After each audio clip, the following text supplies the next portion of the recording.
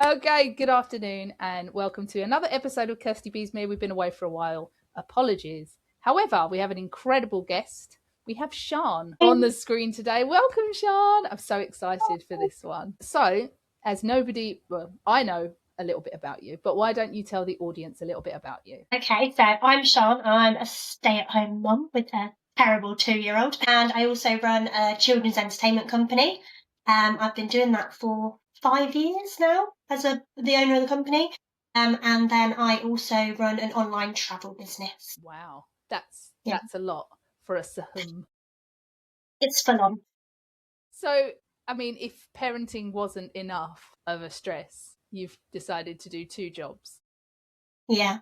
How did you get in? Firstly, how did you get into the children's entertainment sector? I went to drama school. Then after drama, I always wanted to act, but I didn't want to be a famous actress because I don't want people to know my business. And I always feel like I would probably lose my temper with a camera person trying to take pictures outside your house, just be like, go away. So yeah, I don't like that.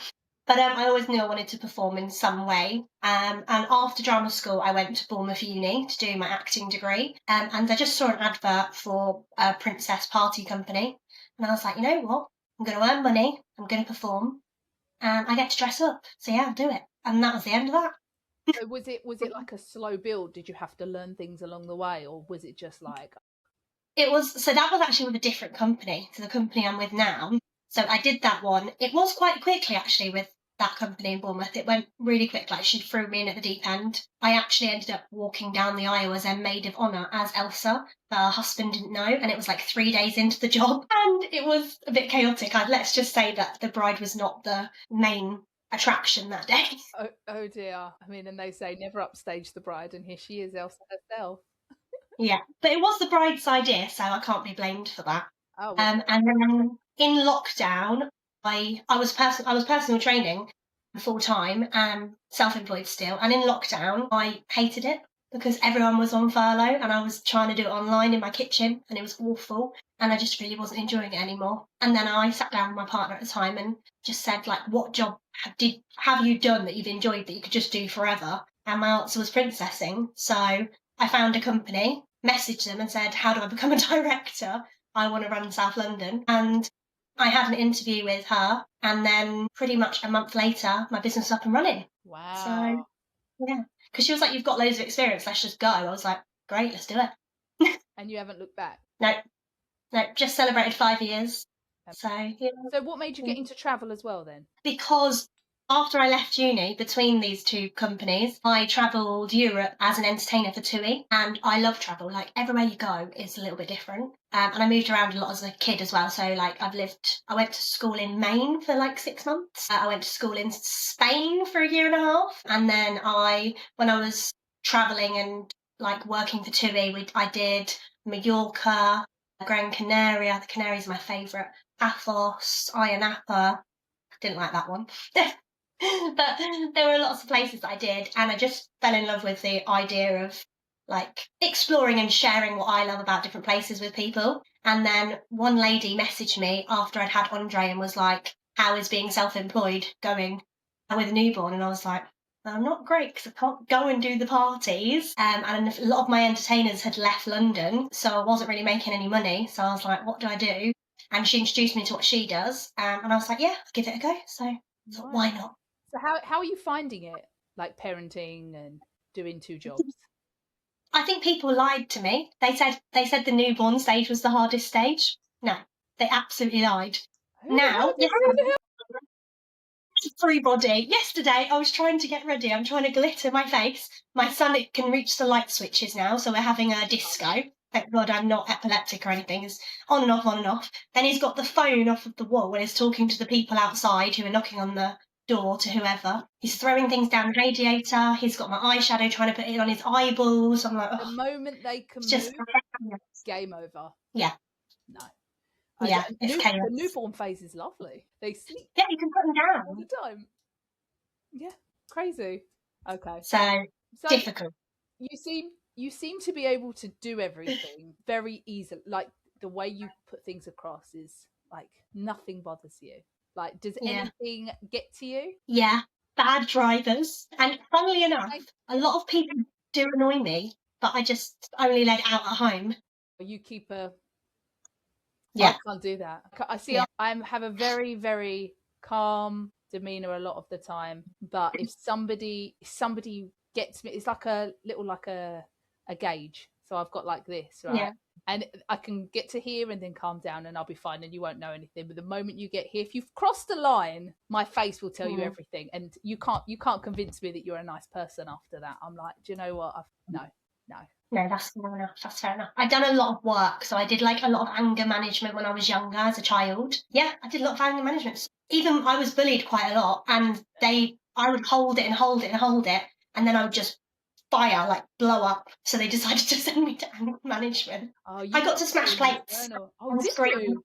I'm Yeah, jealous. I'm so so much jealous. fun. No, as a kid, I used to always, like, because I've spoken to you about it, like when I was a kid, I used to always be praised for being such a quiet, good girl. And even if I was dying inside, if I got praised for it, because I'm a people pleaser through and through, so I'm Yeah. like, oh no, this is fine. So I think that it's come like gone to a point in adulthood where everyone's like, my God, nothing gets to you, nothing bothers you. I'm like, so much bothers me, so much, and I just don't let it out. I don't know, but yeah, I suppose if you really get to know me, I'll be on the phone. I'll be like, you wouldn't believe it. Yeah. I will ring my best friend, and she literally picks up the phone and she goes, "Are you okay?" And I'm like, "No."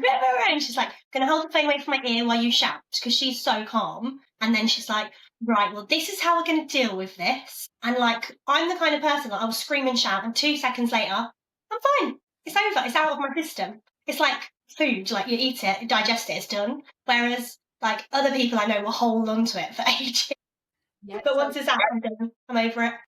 I found now in my older years that need to talk about it quickly, because if I let it fester, I kind of shut down. Like if something gets to me so much, I just Yeah. withdraw and I step away and I'll go really quiet, and everyone's like, is everything all right? And I'll yeah, it's fine because I then need to decompress. But if I say what's bothering me, like I'll go, I had an argument, bless her, with my mum. Now she got me to a point where I had a decision to make. I could have either gone into myself and been like, no, I'm fine, and then it would have bothered me and I probably would have broke out in hives at the fact of staying quiet, or I said how I felt, and I ended up saying how I felt, but it was so much better to get it out. And I think my worry as a kid was that people wouldn't like me if I spoke my truth.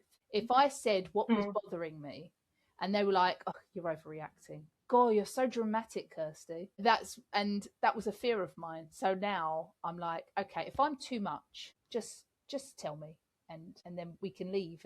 And the next day I'll be like back to normal.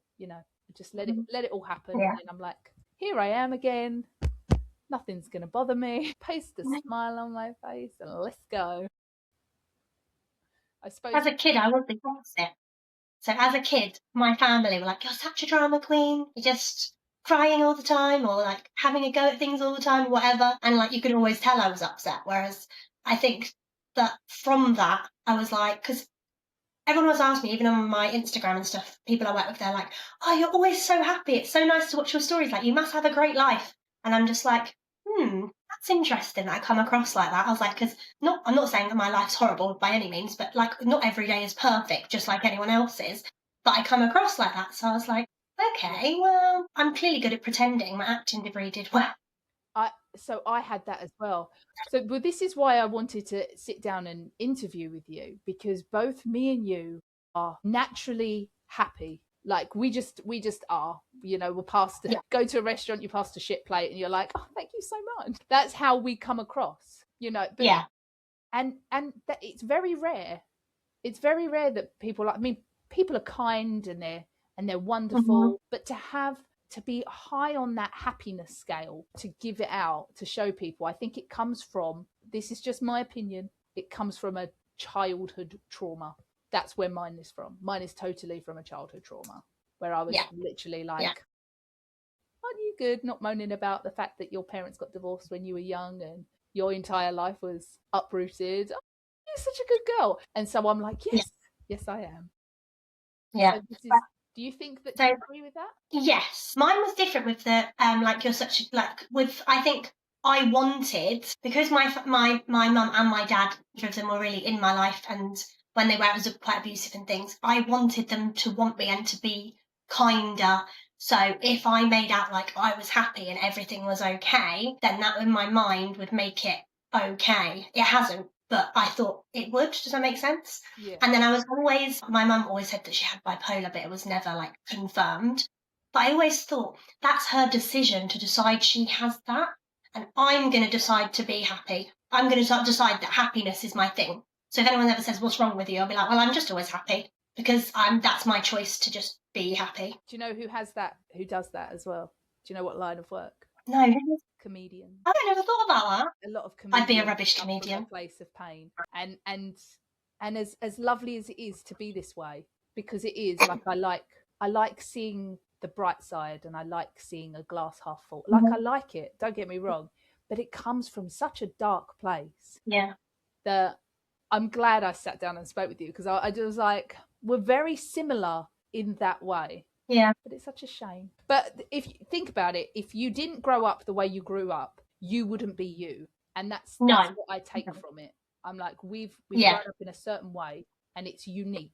I mean, it's not unique, like everybody's like upbringing is unique, but it's quite rare to be this mindset after going through what we've been through. Yeah. I think as well, from performing from such a young age, I was like 4 when I first went to drama school, and I begged to go to drama school. My grandparents put me through part-time, and I was always told, like, from the moment you step on stage, whatever is bothering you, if you've hurt yourself and fallen over, if you have had a bad day at home, whatever it is, it's no longer there. Like, it doesn't exist. You're not that person. You're completely separate. You get on stage and that is it. And it's the same, like, if I've had a bad day or something, I can't go to a kid's party as a character and be like, because I'm having a crap day. I might be shouting at my sister on the phone or something, put it down, walk in, I arrived! Because to me, like, I'm like, it's performing, isn't it? Yeah, it is performing. But so I guess we do that in our lives, just maybe a little bit. Yes, we absolutely do. Is there something that you don't like about it? Yes, because people don't get to know me. Does that make sense? They get to know like character. I've noticed this even as an adult. Like, I find it really hard to make connections with like other mums and things, and I think it's because I always bring like the happy, energetic. I'm always up here, whereas they can't quite meet my energy levels and things.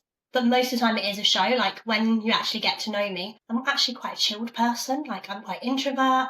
I don't really like to go out and party. I'd rather just be at home. I like to listen to audios, go for a run on my own. If somebody said to me, you can go for a walk on your own for an hour in the park, come home, read a book, and go to bed early, I'd be like, oh, dream night.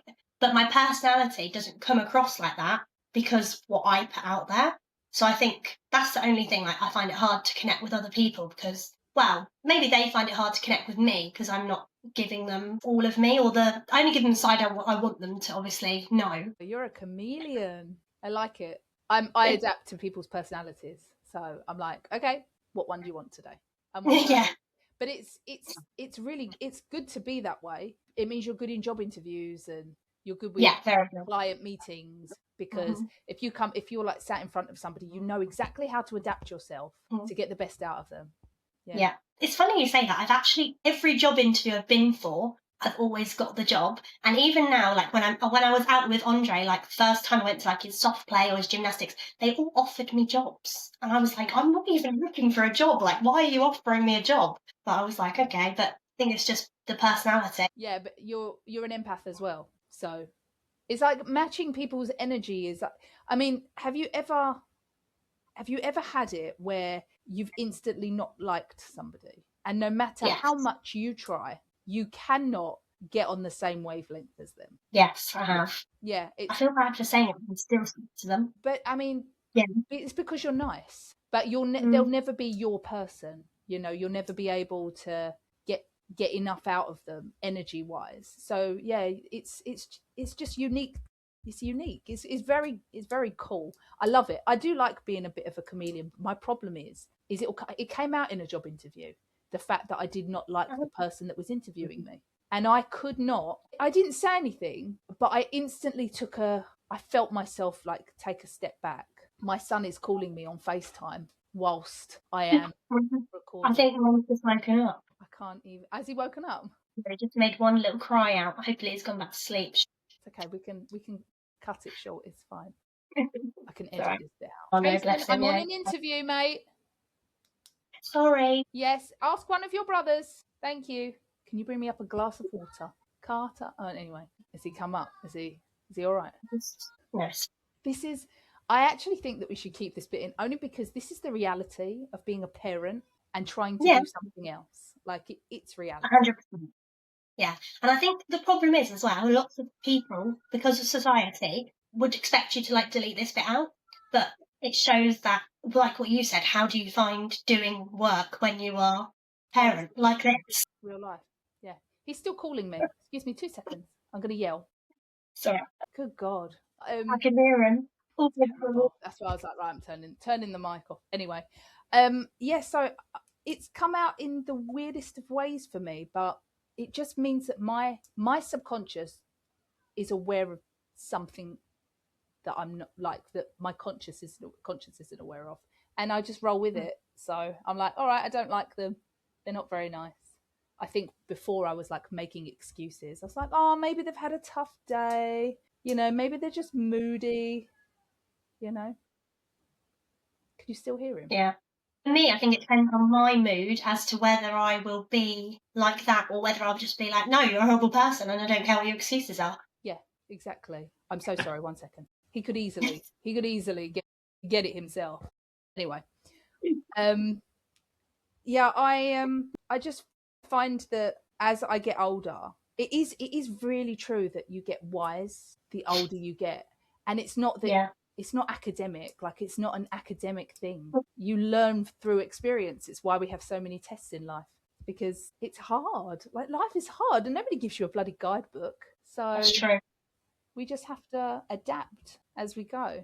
But I think that if there was more people in the world like you and me, where we believe that we see the best of everything, I think the balance would be forever in our favour. Because I don't know about you, but being the way I am, when somebody is constantly glass half empty, like all the time, I'm like, God, give it a rest. Like, it's not going to happen. Like, whatever you're imagining in your head, honestly, there is a solution. There's a solution to every problem. Yeah. Just think a bit. Just think about it a little bit. I'm really impatient with people sometimes when they're like that. Like, the first time I'm like, okay, you told me something's wrong or this is bothering, that's bothering. But when they're like going on about it constantly and they're like, oh, I'm depressed and it's getting me down, and I'm just like, I'll do something about it.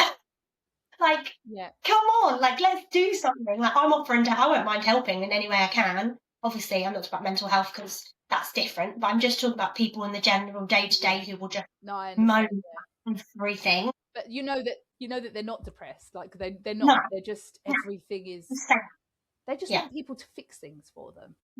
Yeah, I do think the mental health thing's thrown around too much now. Like, everybody puts themselves into a box now. Like, I have loads of energy, so people will be like, oh, do you have ADHD? I'm like, no, I just have lots of energy. I get asked all the time because of everything on Instagram, and I'm like, no, I don't think so. Like, no, I don't.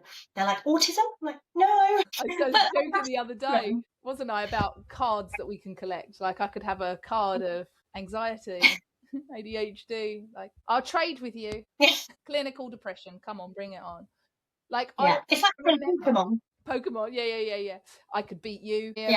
I once thought I was depressed. I remember I was postpartum. So we're gonna go into a little bit of this. This is a serious subject now. With postpartum depression is real. It should be taken seriously, and it needs to be accepted more in society. And now I went to a GP.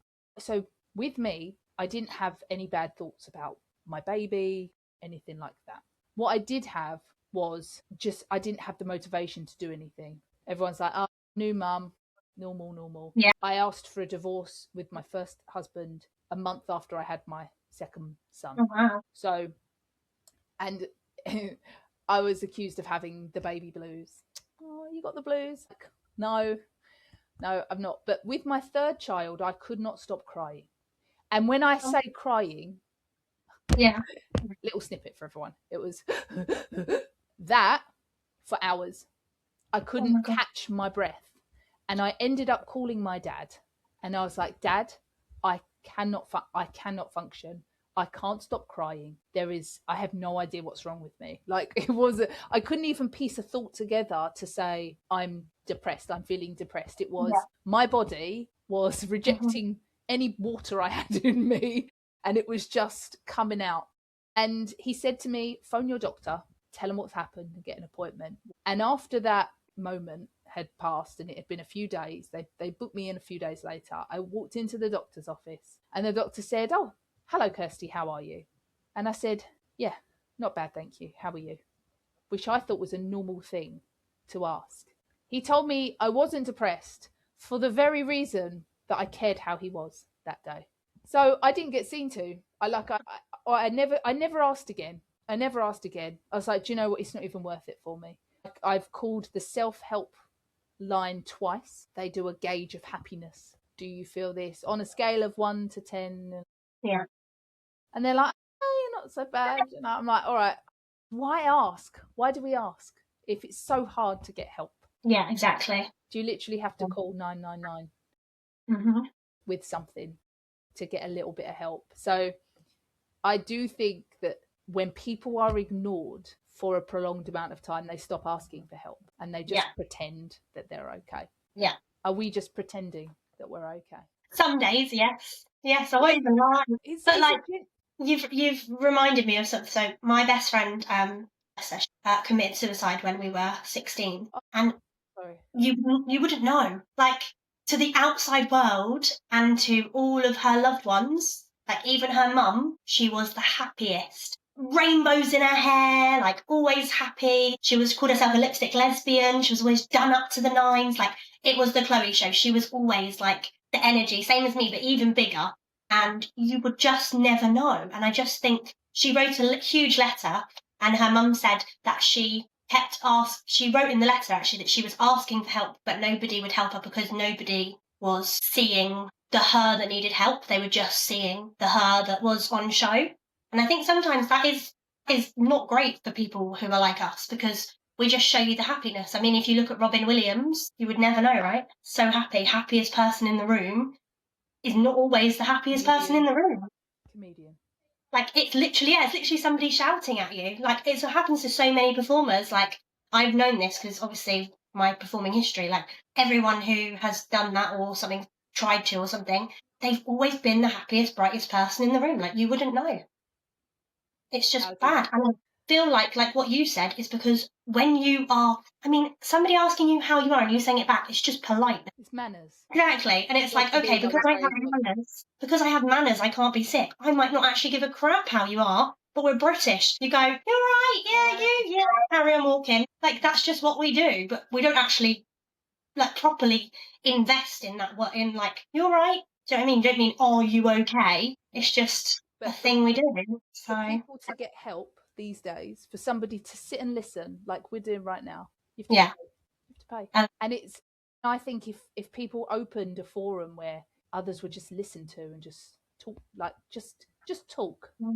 Yeah. So I'm going to touch on these are normally half-hour slots and I will edit it. But I'm just going to touch on a subject where I sometimes in my past have included people in a conversation just to get it out there, not for advice. And I think they took it as Carter.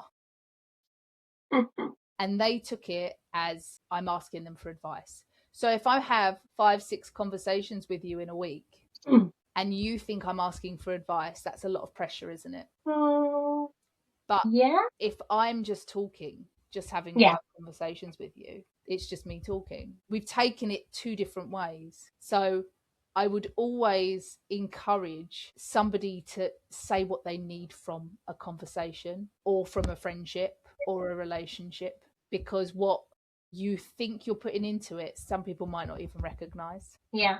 I feel like there needs to be even if with friends, there's still roles that each person plays. So my best friend, she says she's my mum because she always looks after me. She's the one She'll make the decisions. We toured the US. She wrote the route and when we would stop for Sian to go to the toilet and Sian to eat.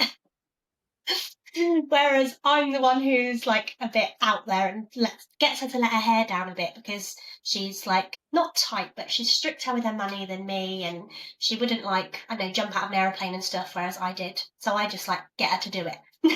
But I think those roles are important, aren't they? Because if you understand them, then what you both bring to the table is something that you want. Whereas if you go into a friendship or a relationship and you're not honest about the role that you play, like in that environment or with that person, then it'll just create a mess. Yeah, it's true. And I think a lot of problems can be solved with honesty and communication. Yeah, and definitely. I think that's where all of my issues started from my childhood, and it's a forever learning. Such a fucking same test. Excuse my language. Honestly, you fail the first test, it will come dressed as something else and visit you again. And this has been my problem from 6 years old.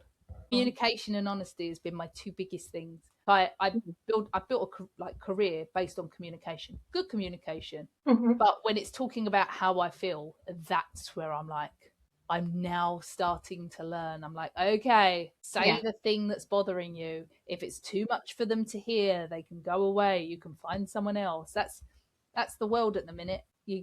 My whole life has changed several times over in the past 4 years. Friends, relationship, job, location. Like you're never stuck. Like for anybody who thinks that they're stuck in a really bad place forever, you're not. It's such an inaccurate observation. You can chat. I had one friend who was not a dad. He's not a dad, and he was like very young, at 20 something. He was like, oh, I just feel like my life's not going anywhere. I'm not doing this, I'm not doing that. And I was like, can you hear yourself? I'm like, you are not tied to a woman through marriage nor baby. You don't have a mortgage to worry about.